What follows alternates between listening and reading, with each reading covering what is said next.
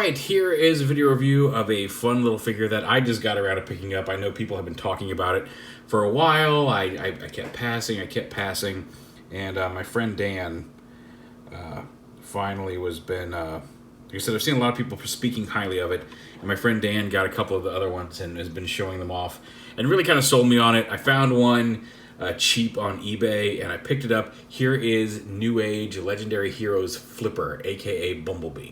Now, right off the bat, my one minor issue with this is that they did a gold bug that blends a little better. Like, you can see the black joint here on his arm on the outside of the vehicle. And if that had been yellow, I think that would have been a little nicer for the color match there. But a very minor quibble. But you can see he's, like, in my fingers, he's very, very tiny. Like, I've seen pictures of him next to a quarter, and people talking about how tiny he is, and even knowing, seeing him compared to real life things. Like, I know a quarter's not very big, and you set him next to one, and it's really weird.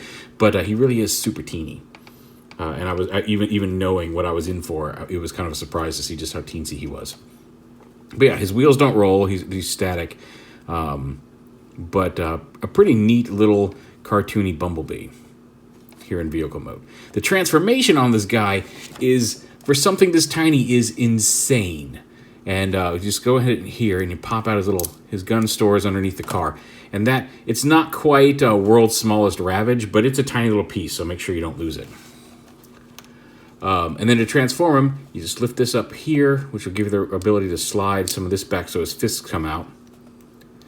Bring his legs down, fold these panels behind his feet, and untab the legs, fold the wheels up, like that. Pull his arms, rotate them out, and you want to make sure they go in like this position, like with the angle out on the outside for vehicle mode. It can be a little difficult to get them lined up at first. But yeah, bring his arms down and fold them out to the side here.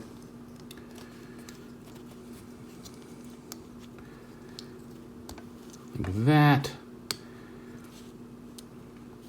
And rotate them so his fists are facing forward. They are at a slight angle. They don't move, and there's a square hole in them, but that holds the gun, or a rectangular hole, I guess. So bring those down. Oh yeah, you got to open up these wheels on the back. They kind of automatically did that while we were doing that. And then lift up this panel here, and that will allow you to start to bend his torso and his head out. You want to bring his waist piece all the way down. Bring these down to the side, but then flip this whole assembly around and down like this. And then the wheels fold up into the core of his body. And you can see there's a little tab hole here. You want to bring, with this piece open, bring his whole torso up and around those wheels and tab it in like that.